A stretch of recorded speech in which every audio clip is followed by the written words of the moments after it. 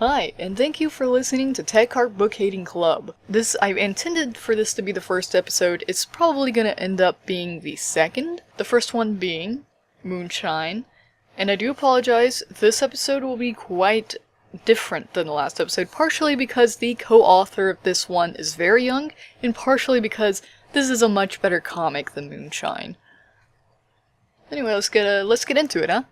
As an overview of Pizza Tree, it's an all-ages comic book, which, as it normally means, it is intended for children, but you're not going to be bored out of your skull while reading it to your child.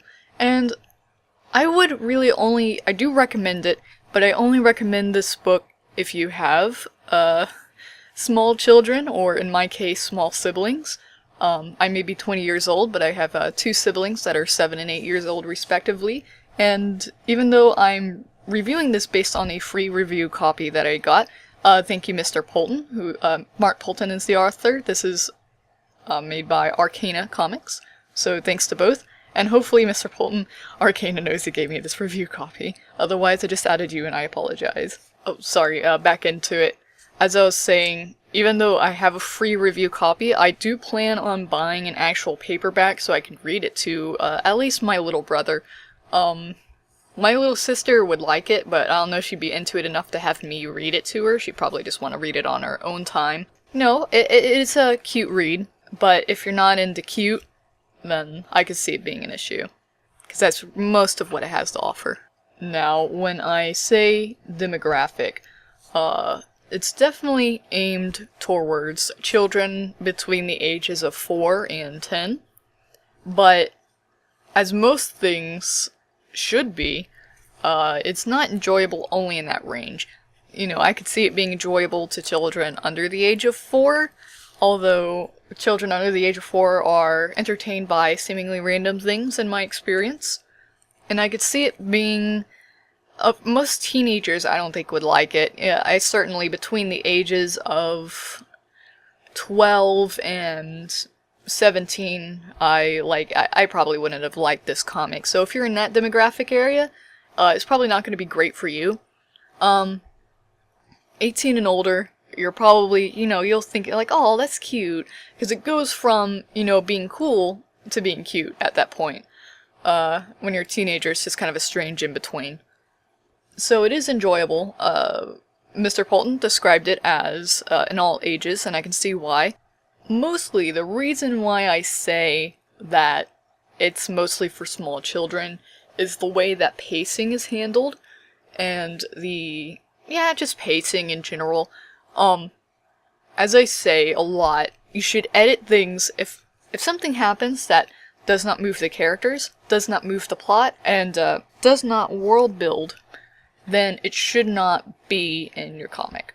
Now, I know people say, well, I like it when, random things happen. Most of the time that you like those random things happening is because it's either building the world or building the character, even if it isn't plot relevant. Although sometimes there's just completely irrelevant stuff. Like, Big Hero 6 is like 90% nothing. I still enjoyed it the first time I watched it. I would not watch Big Hero 6 again. Or was I going with this? I completely forgot. I started talking about Big Hero 6 and I got off on a tangent. Now I remember. Sorry. This comic is very good at keeping anything that isn't important out.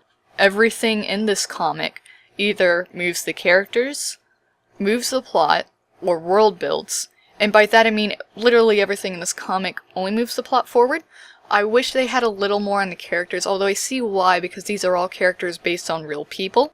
So that's why they didn't really character build, and it's based in the real world, which is why they didn't really world build. So I can see why they didn't. And they definitely did a great job moving the plot forward. Unfortunately, because it never built the characters or the world, it did feel a little rushed, but great plot forwarding. And according to Mr. Polton, Chase, the very young co-author of this, was the one who put in all the plot moving stuff. Is the one who said, like, what's going to happen when. And so, great job, Chase, honest. This was great at moving the plot forward, and I really hope you continue in your creative endeavors, because you're already good at editing, so just, you know, spend a little more time, maybe make your own characters at some point. That's a lot of fun. Just wait until you get into that, like, woo! That's all I did in my teenage years, is make characters. I'm off on a tangent again. It's a good job, Chase. The color direction with this comic was a little, confusing to me. It's only blues and yellows, which I'm guessing was probably some sort of cost-efficient way of doing the comic. Because the more different colors, depending on the publisher, some publishers charge you by the color, some charge you by black and white or color. It's like a flat way either way. But the vast majority, actually all of this comic, is either in blue monotone or yellow monotone. The blue monotone seems to only be around whenever the pizza tree has grown, which is meant to, I presume, show you that something not great is going on. The cold colors are a good way of setting up tone. And however, here's the thing about using colors to set up your tone. Alright, so you know how cartoons of today use a lot of bright colors? Well, here's the thing about bright colors. If all your colors are bright, then none of them truly are. You'd have to go with like pure white if you wanted something to appear brighter than the rest of the scene, and so you should really typically use a bunch of neutral colors. So the fact that it's only yellow monotone and only blue monotone kind of puts the tone of this comic in a binary. You're either in happy, good, fun times, or you're in nasty, nasty, not good times. You know? I love monotone. I'm a fan of monotone, and I'm also a fan of the color blue. It's just, you know, it's too much. Too much blue.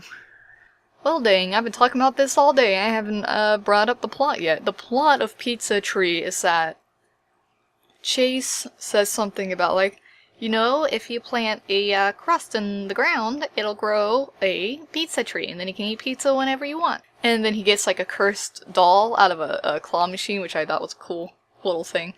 And it causes his dream to come true, but it's kind of a monkey's paw situation where, like, yeah, he does get this pizza tree, but, like, the pizza tree is evil, and it has, like, its, oh gee, what's a way to describe it? There's a word, it's on the tip of my tongue. Temptation. It's about giving in to temptation, where it's like, I have pizza, and too much pizza is bad for your tum, but I'm evil tree, and I think it's a fun little motivation. So that's his deal. I do like that. I just thought it was really creative that this whole thing is caused by a bunch of cultists working at a is it an animatronic pizzeria? I wasn't paying attention. I mean, I was paying attention. I talked about, I read something literally right before this comic that did have an animatronic pizza place in it, and I think I might actually have them mixed up. But I did like that there was like a cult in this pizza place. Not only that, but at the end of the comic you find out this, like, the owner of the pizza place doesn't even know that there's a cult going on that's looking to take over the world with the power of pizza and the dream god Cthulhu. Instead, I thought Cthulhu was fun. It's a play on pizza and Cthulhu. I'm gonna talk. I'm sorry, I'm bad at pronouncing things. I'm going to talk about the paneling for a moment. One of my favorite things about comics, and one of the things I'm actually pretty bad about with comics myself, is panels. Meaning, like, the way you frame panels. You can get really fun with panels. This, however, all the panels are square except for, like, a select few that aren't framed. I'm guessing this was probably, like, the color, like, with the monotones, it's probably to avoid bleed, to lower the cost of production. Because if you have colors that go off the edge of the paper, it becomes, like, a little, more expensive to make. But either way, like, most of these panels are square and they don't flow in an interesting way. Which, for just like a silly comic about pizza, it's not that big of a deal. It's just something I thought was worth mentioning. Oh no, okay, sorry, as I was looking to see what else I could talk about for this podcast, I just figured out the difference between the yellow and blue monotone. The yellow monotone is during the day, the blue monotone is at night, so I don't think it's really a tone deal, it's just for differentiating times of day.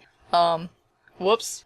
That's what I like to talk about, and this is a pretty, specific, it's basically one page, where the comic guy, I forgot his name, Teddy, that's his name, he crashes through, the window of the pizza place to save Mark, the dad in this comic, also the dad of the co-author, and main author, I guess, of this, but he comes, like, to save Mark, and, he gives some exposition that was already given, and Mark goes, "Thanks, Teddy, but I already figured it out."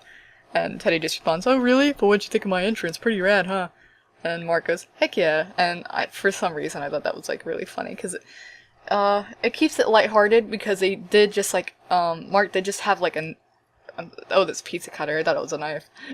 He did just have a pizza cutter, like, held up to his throat, so I thought it was kind of a good way to, like, remind you, like, oh yeah, it's a lighthearted thing, by the way. I know, like, it was just basically hinting that I was in a life-threatening situation, but it's also in a funny life-threatening situation. And then, Mark rides in the basket ET style, back to his house. I know this was much shorter. I do intend on my reviews being about 30 minutes long. Because this was a comedy comic, and it was a pretty short one, my one for Moonshine was 30 minutes long, but Moonshine is also, I think, a couple hundred pages long, while this one's like, I think it's around 25 to 30 pages, I think it's 25-ish. But, anyway, thank you for listening to, oh gosh, I forgot the name of my podcast.